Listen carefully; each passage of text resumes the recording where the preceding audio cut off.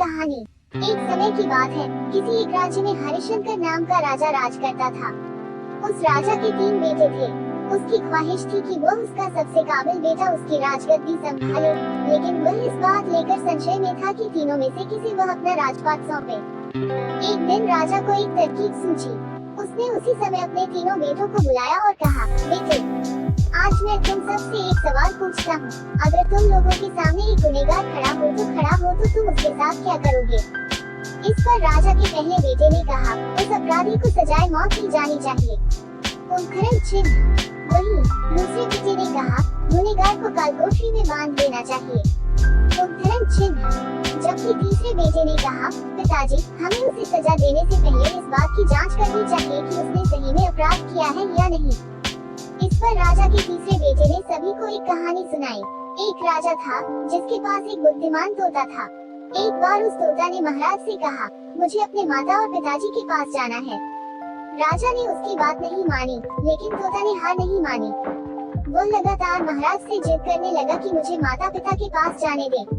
अंत में राजा ने तोता की बात मान ली और कहा, ठीक है, तुम अपने माता पिता से मिलकर आओ, लेकिन वहाँ ज्यादा दिन नहीं रुकना। राजा ने तोता को केवल 5 दिन की अनुमति दी और कहा, तुम 5 दिन में अपने परिवार वालों से मिलकर लौट आना। इसके बाद तोता 5 दिन के लिए अपने माता पिता के पास चला गया। 6वें दिन जब वह राजा के पास लौट रहा था तो उसने सोचा कि क्यों न वह महाराज के लिए कुछ उपहार ले लिया जाए। फिर वह पर्वत की ओर निकल पड़ा। दरअसल वह महाराज के लिए अमृत फल लेना चाहता था। वहाँ पहुँचते पहुँचते रात हो गई। तोता ने पर्वत पर पहुंचकर फल तो ले लिया, लेकिन रात हो जाने के कारण वह आगे नहीं बढ़ा और वहीं रुक गया।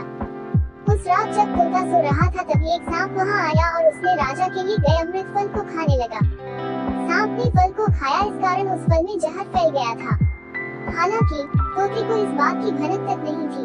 अगली सुबह जब वह जगा तो फल लेकर महल की ओर चल पड़ा। जब वह महल पहुंचा तो खुशी खुशी सीधे राजा के पास गया और कहा, महाराज, मैं आपके लिए यह अमृत फल लेकर आया हूँ। आप इसे खाएंगे तो सदा के लिए अमर हो जाएंगे। ये सुनकर राजा काफी प्रसन्न हुए। उन्होंने तुरंत उस अमृत फल को खाने के लिए मांगा। इस पर एक मंत्री ने कहा, जरा रुकिए महाराज, आप इस फल को बिना जांच किए कैसे खा सकते हैं? एक बार यह देख तो लीजिए कि तोता द्वारा लाया गया यह अमृत फल सही है या नहीं। राजा उस मंत्री की बात से सहमत हुआ और कहा कि तुरंत इस फल को एक कुत्ते को खिलाया जाए। राजा का आदेश पाकर सैनिक ने फल का एक टुकड़ा कुत्ते को खिलाया। फल खाते ही कुत्ते की मौत हो गई। ये देख राजा गुस्से से आग बबूला हो गया।